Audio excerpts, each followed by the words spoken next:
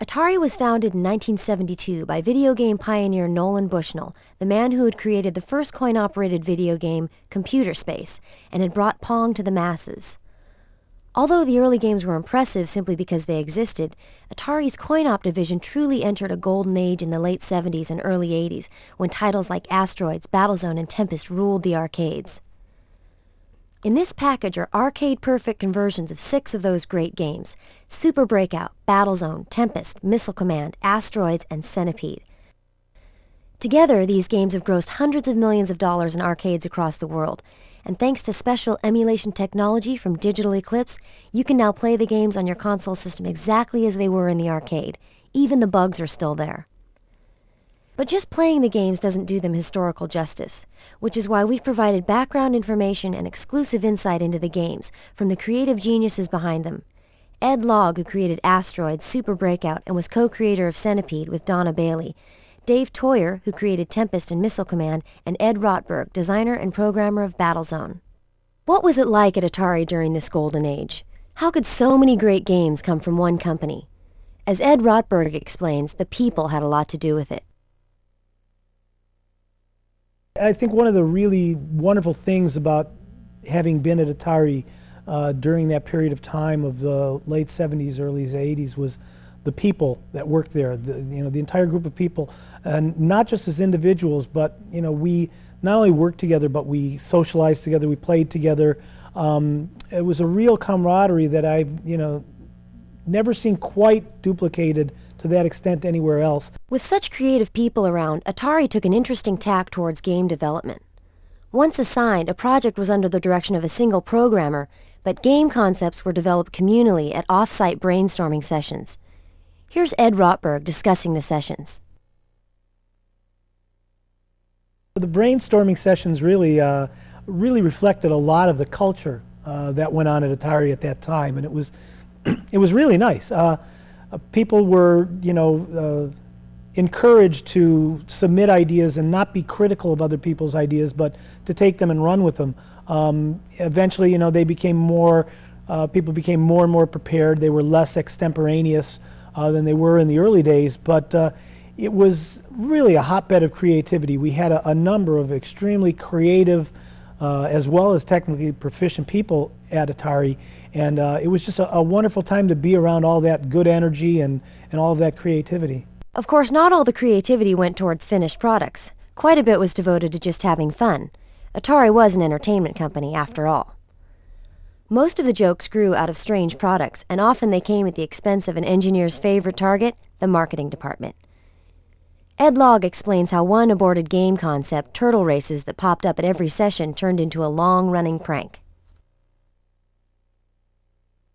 At one point, year after year, we've done the same thing at brainstorming sessions. Our VP of marketing got up and said, "Okay, guys, absolutely no more turtles. No more turtles. Absolutely no more turtles." And so later in the brainstorm, we had one of the waiters bring up a drink for him because he was thirsty, and we got one of these little wind-up turtles. We stuck it in the drink, and so it goes plop, plop, plop, plop, plop. We handed it up to him, and he just takes the glass, and there's splash, splash, splash. Everybody's breaking out and laughing. It didn't end there. In addition to sending the marketing director turtle cards and turtle dolls, Ed Logg made a little change to the golden edition of Asteroids that sat in Atari's lobby. Turtleroids, that was another joke. So what I did was I took Asteroids and I replaced the small and large saucers with turtles. And so, we had the golden edition out in the lobby of Atari. And so I went in and swapped the game proms, and they had these turtles floating around. And so one day he walked in, looked, and sure enough, they're turtles. Still, once a game was decided on, the creators got to work hard. Because it's impossible to tell if concepts on paper will really work as games. The products often change dramatically between assignment and finished product, as Ed, Dave, and Ed discuss here. You start out with one idea in mind, and as you're playing it, you may find that people are creating their own game in the way that they play it, or there's one particular part of the game that's more fun than the rest of it. So the game kind of dictates where it should go, by people's response to it. And they change as they go. It's not like, well, we had this idea and we made it happen just like that. It doesn't happen that way very often. Yeah. For example, Tempest started out as first-person Space Invaders, right. And I brought it up. We played it. We had a marketing review, and they said, "This is first-person Space Invaders, but it's not much fun. Do you have any ideas, Dave?" And I says, "Well, I got this idea where there's this hole in the ground and there's monsters coming out, and I can make this thing into that hole in the ground nightmare." And so they came back like 2 weeks later, and they said, "This is fun. Let's do this." And that was Tempest. I had another case too. Centipede was originally, all the mushrooms were fixed position. You couldn't shoot them, and there weren't anything to create them. And it was Dan Banner, a VP, during one of the reviews, said, "Isn't there some way we can, shoot the mushrooms?" Because he wanted to shoot the mushrooms, get them out of the way. And I said, well, if I shoot the mushrooms, I'm going to have somebody create them, and probably another person that eats them up, and so on. And that's basically how it came about. All the spider could eat the mushrooms, and anytime you shoot a centipede, it would stick one back, and a certain number of shots to get rid of it. And so that's how the game developed. And once I added that, it was suddenly, this is fun. Even after a game was mostly done, it was still possible to make changes. That's where the field tests came in. In field tests, which are still done today with new coin ops, a prototype version of the game is secretly shipped to an arcade to judge players' reactions. If they're good, the game moves into production. If not, the project is either killed or revamped. The period just before an initial field test is the most stressful in the development cycle. To kill yourself to get your game ready for the field test. Yeah. You'd work around the clock, sometimes 4 days in a row without sleeping. And when those results would come in, it was, it was worth it. Yeah. It's like you'd look at them, and if they were good, it was like, wow, this is the best feeling in the world. And if they were not so good, what can I do? In fact, for Ed Logg, it was the most important element in the entire development cycle of the game. For me, the most important was field test, where you can walk up, and if the kid puts his money in, sort of gets frustrated, but puts his money back in again, that's okay. I got it. When they had to put a sign on your game that said maximum two plays per person, then you knew you had a hit. That's right. It's also interesting to go to a field test and find all your competitors there checking out your product. Yep. That was always a good sign too. Well, it's a good and bad sign, because that means they know about it. They know where you're testing, which is, bad. But the other part is they're so interested in your game, they're out there taking pictures, videotapes, and sending them back to their headquarters. Even in the midst of this most difficult time in the development of the game, in such a stressful environment, the engineers never lost their sense of humor. One of the guys had worked all night on his video game, and they had a field test the next afternoon, and they threw it in the back of the pickup, went screaming all the way to They didn't strap it down. They didn't strap it down good enough. They went around a corner. The game went over the backside of the truck and smashed into a million pieces. It was great. They brought back the parts, and they put them back in the lab. And I took a piece of paper and I wrote "failed field test" and slapped it on there. Of course, making light of the occasional disaster wasn't the only way the engineers let off steam. There was plenty of fun to be had in the labs as well.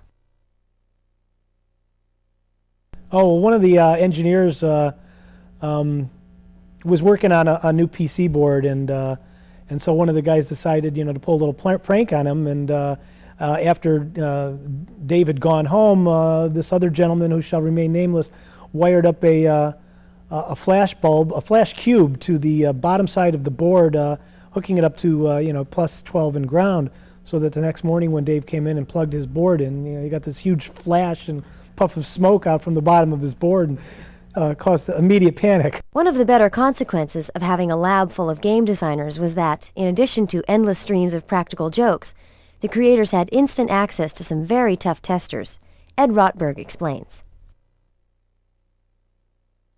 One way you can really tell that a game is exciting, a game is going to be successful is if people are playing it in the lab. Of course, sometimes a game got too popular. In early prototypes, there was only one copy of the game in existence, and if you had to keep shooing people off your development hardware, it could get annoying. This very situation led to a legendary Atari development prank. Ed was constantly having to kick people, and in particular Owen Rubin, off of his Asteroids station so that he could work on it. And so Owen would stay late at night, and he would fill up the high score table with his initials. And everybody was getting tired of this, so Ed put in some code to check for all the variations of Owen Rubin's initials, and whenever he would put it would put in Ed's initials instead. He came back and said, hey, I think there's a bug in your program. I stuck my name and my initials in and it didn't show up. And so we let it go on for a day or two before we told him. As hard as they played, the creators of these games worked even harder, sometimes to the limits of their physical and mental endurance. Dave Theurer recounts how the desire to create a great game could lead to total exhaustion. The way I like to work best is when I can really get into it and just sort of, you load your mind up with everything that has to be done in that part of your program, and it's hard to get into that state of mind, and once you get there, I hate to leave. So I basically threw out the 24-hour day and would just work until I get so tired I couldn't stay awake anymore, and then go home and sleep, then come back and go to work. But the worst times, or the most intense times, were just before a field test, sometimes when I'd go for 3 or 4 days without any sleep.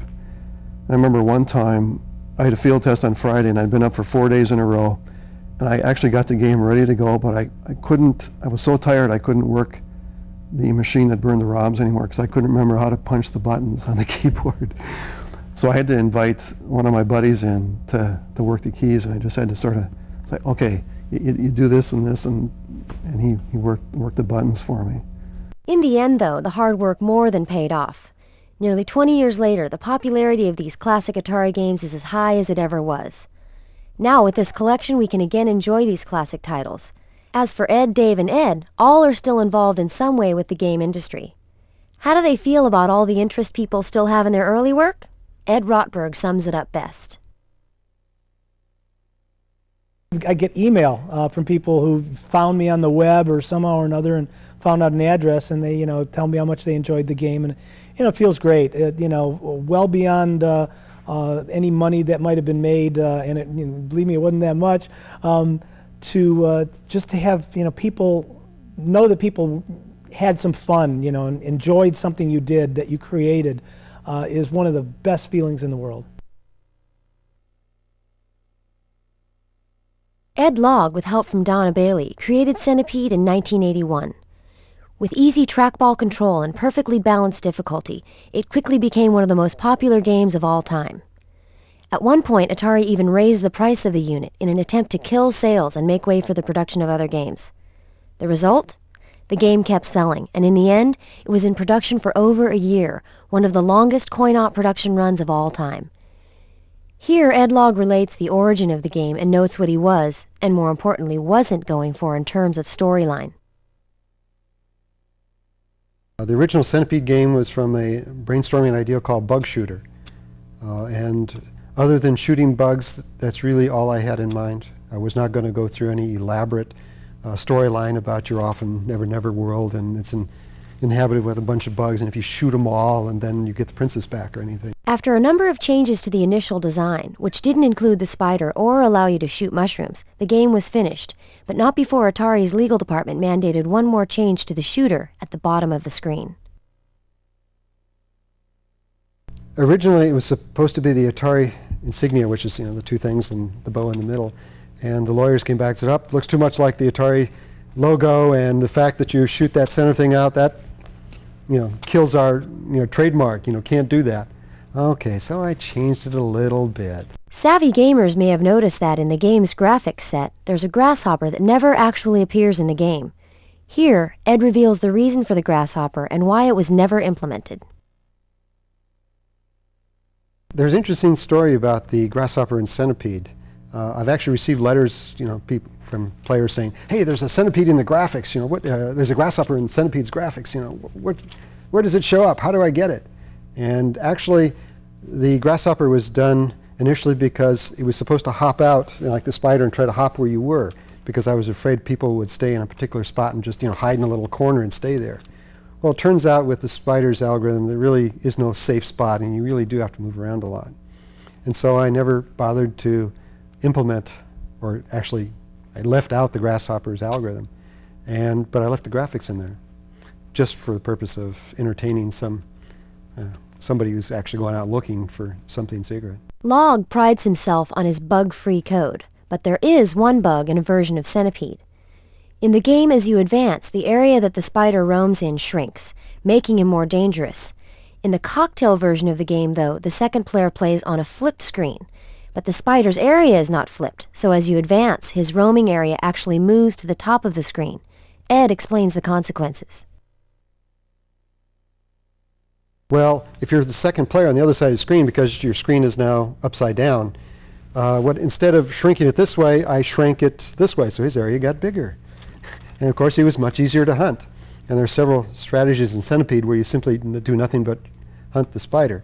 But the spider also takes care of mushrooms, and there was another strategy called blob strategy, that you try to keep a blob of mushrooms just above the area, and that destroyed that strategy completely. So it turned out to be an interesting feature, but it was certainly a bug that I was not aware of. Asteroids takes its controls, rotate, thrust, shoot, and hyperspace from the first video game ever, Steve Russell's Space War, which was created on a mainframe computer at the Massachusetts Institute of Technology. Unlike Space War, though, in Asteroids your main enemies are drifting rocks, not other ships, although the UFOs certainly add a high challenge level to the game. One of the most interesting elements of the game is that it runs on a vector, or XY monitor. Unlike a TV which creates an image by drawing one horizontal line across the TV at a time, a vector monitor draws straight lines across the monitor from point to point. Ed Logg explains why he chose a vector system for Asteroids. Well, the reason I wanted to work on a vector game is because you had much higher resolution. Asteroids had like 1024 by 768 resolution as compared to a TV screen, which is like 300 by 240, 320 by 240. It's very typical. So you get much better picture qualities. Normally you draw on raster, you get a nice little stair-stepping. When you do it on a vector, it looks like a nice, smooth, straight line.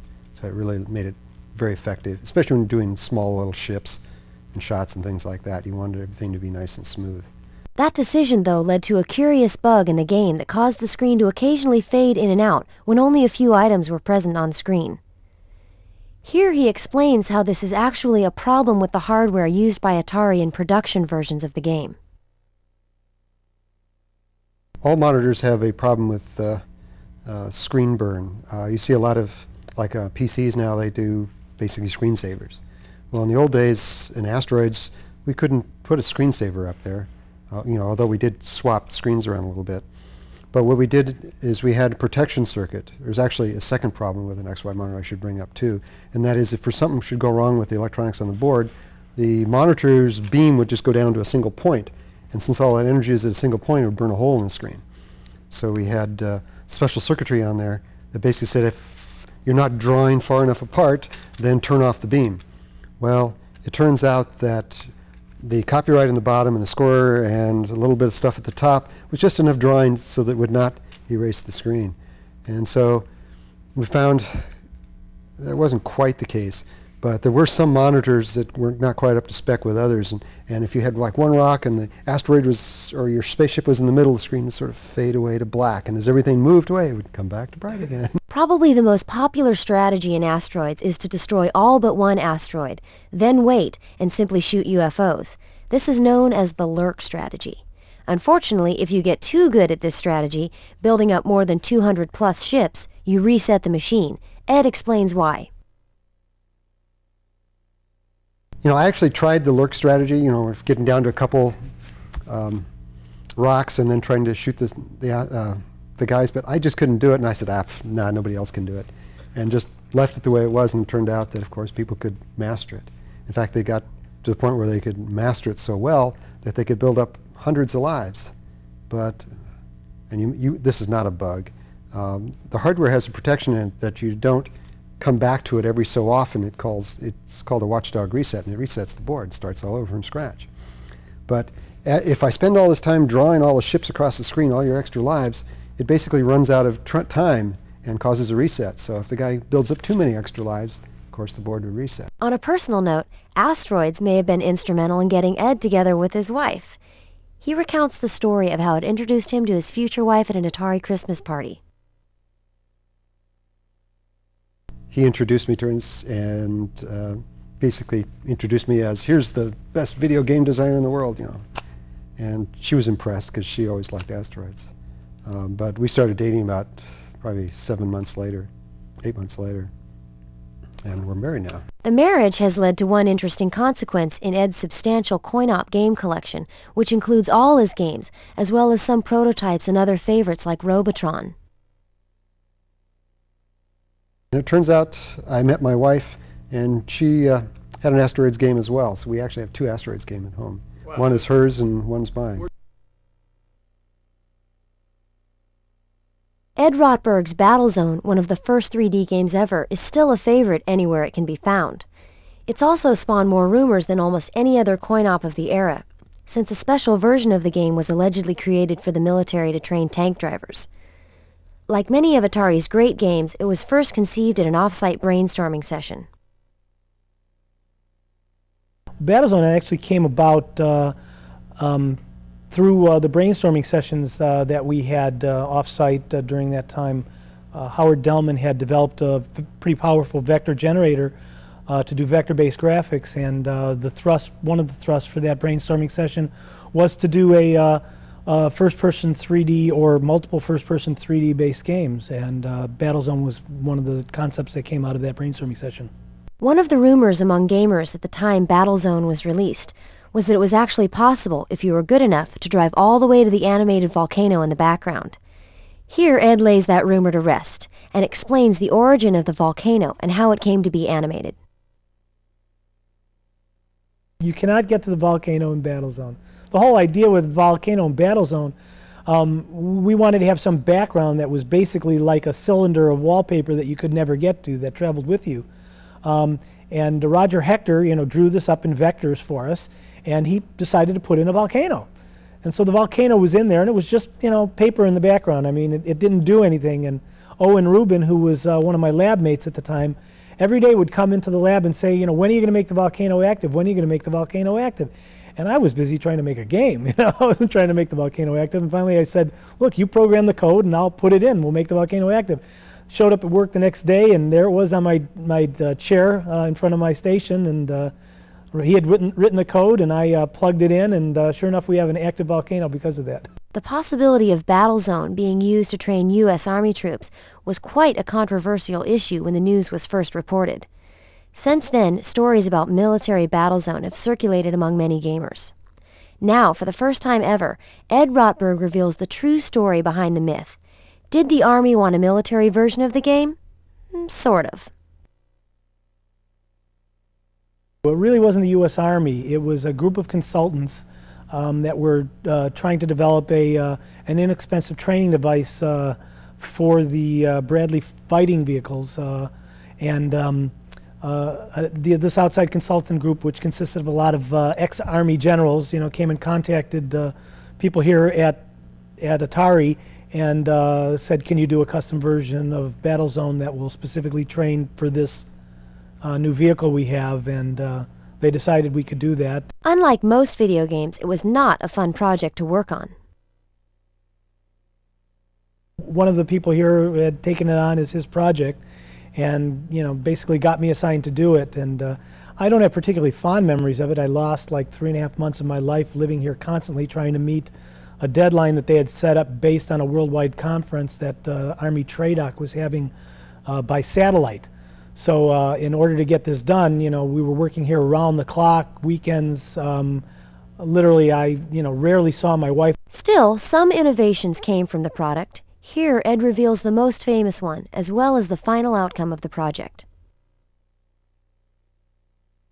We actually copied the controller from the gunner's control in the fighting vehicle, and in fact that controller was the basis for the controller used in Star Wars and many other Atari games from that point on.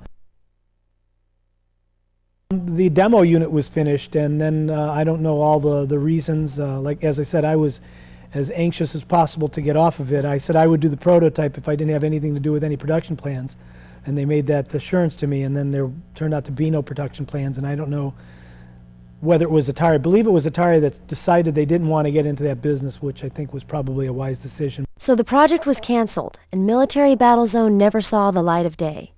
Still, there were those prototypes. What became of them? Ed Rotberg knows, but he would not go into any more detail than the following. There's at least one prototype existing in the world. Dave Theurer's attempt to create a first-person version of Space Invaders led to what many people consider one of the seminal video games of all time. Abstract, space-themed, challenging, and totally addictive, the game boasted a unique dial controller, color vector graphics, and some of the fastest gameplay yet seen. For all its pluses, though, the game almost didn't make it through its first marketing review. Dave Theurer recounts the journey the game took from concept to final design.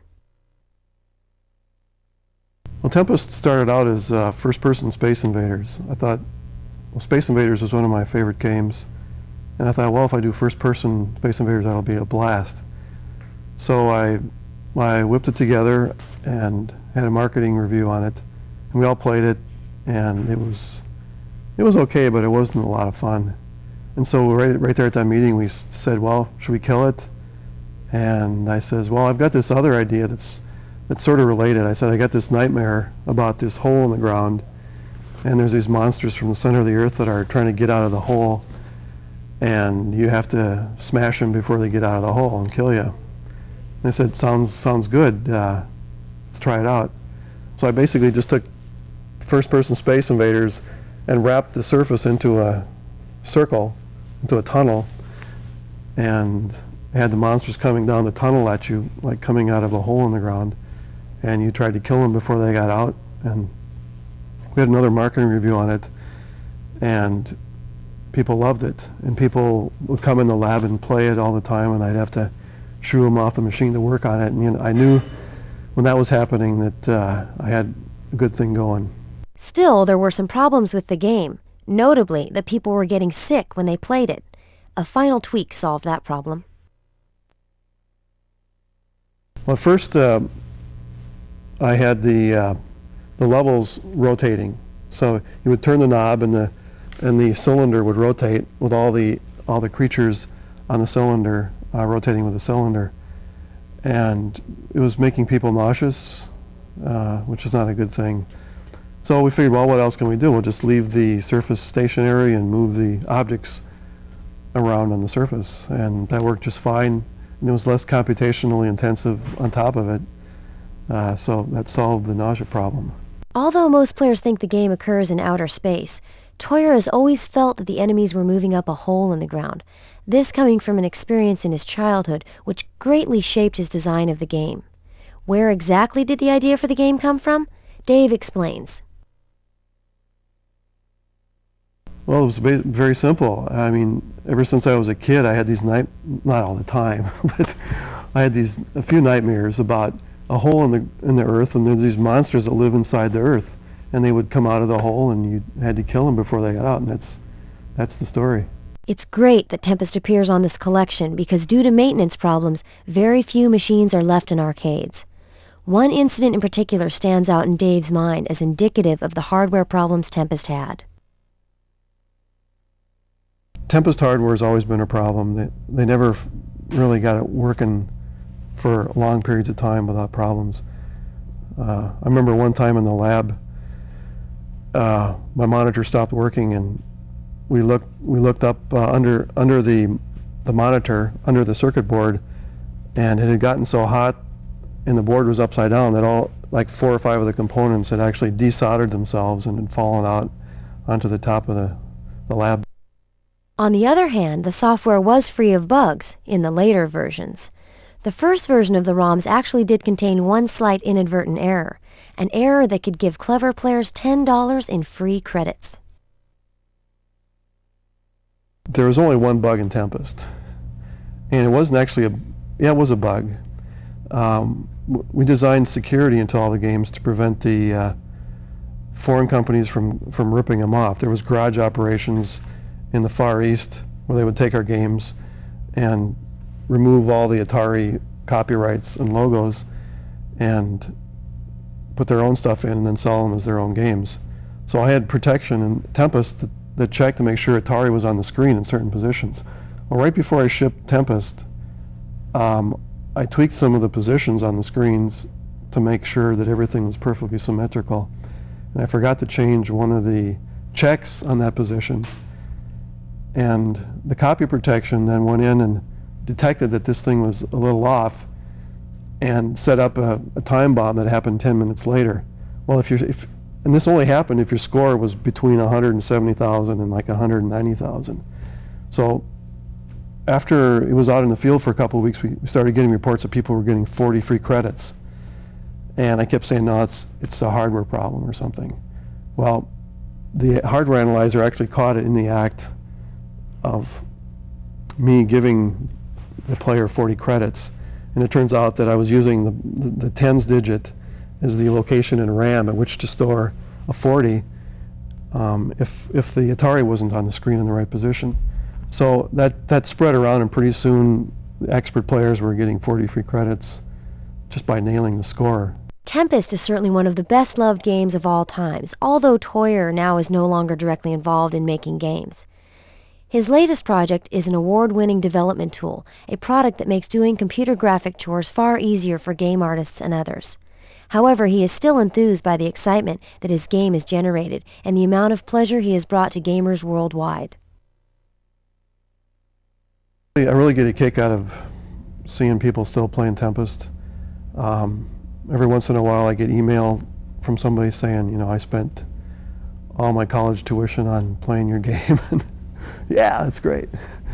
So, I mean, the whole point of what I did was to let people have a good time and just get away from the frustrations of normal life and just relax, or maybe not relax, maybe just, I guess it's not very relaxing, but just get into another state of mind and forget about all your problems and just blow things up. No game better symbolized the Cold War tensions that overshadowed the Golden Age of Atari than Missile Command, a title where wave after wave of Soviet MIRVs rained down as you gallantly manned 3 ABM batteries to defend the cities of your country. With pinpoint trackball control, the game enables users to overcome seemingly overwhelming odds, creating a feeling of total desperation in the player. As Dave Theurer explains, the concept captivated him from the start. Missile Command, I was working on 4-player soccer, and Steve Calfee, the software manager, called me into his office and said, Dave, we'd like you to, after you finish this game, to work on a new game where the Russians are invading the U.S. and there's this radar screen and you can see the missiles coming in and you have to defend the country. And he said, just think about that for your next game. And when I walked out of his office, my spine was just tingling because I knew that this was like, wow, this is like a great idea. This is going to be great, and it's going to be fun. Still, the game underwent a number of design simplifications before the final version shipped. Dave explains the progress of the game from concept to completion. It was much more complicated to start with. There was going to be a coast specific to wherever the game was located to make it more relevant to who was playing. There was city names. There was railroads supplying the cities from factories, and we actually implemented all that stuff.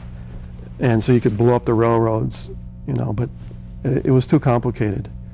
So to make it simple, we got rid of everything except for the cities and the bases. And it turns out that was the right way to do it. Those changes led to a simpler game with a more dedicated focus from the start. However, one of the major simplifications in the game didn't occur until after the initial field test. The first Missile Command that we field tested had a huge panel on the top with flashing lights and related to the gameplay. Oh, really? Yeah. It was about this big, or maybe this big, and we found that it distracted people because when they're playing the game, they're looking up to try to see these status lights and stuff. So we just chopped off the whole top of the cabinet, saved ourselves a lot of money, and didn't hurt the gameplay any. One of most gamers' favorite elements of the game is the way that explosions cause multiple reactions. Balancing that element of the game was essential to its success. Well, the nice thing about that feature was that it gave you a lot more power than just little quick explosions.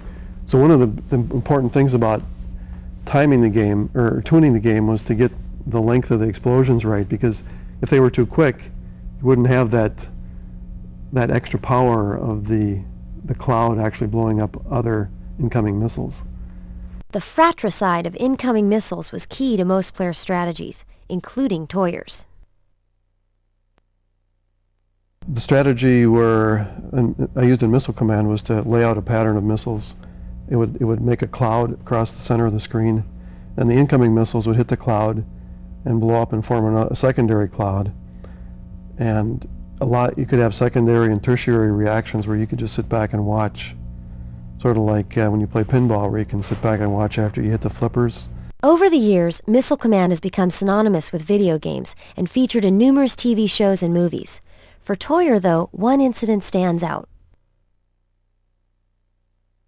Well, one of the things that gave me a rush was seeing Missile Command in Terminator 2, because I love Schwarzenegger's movies, and I love especially his Terminator movies. And to see Missile Command in the second movie was a blast.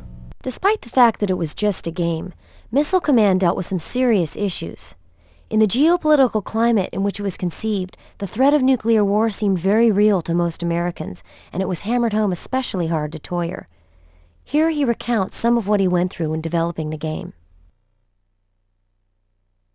Well, Missile Command to me was a lot of fun, but it was also a serious matter.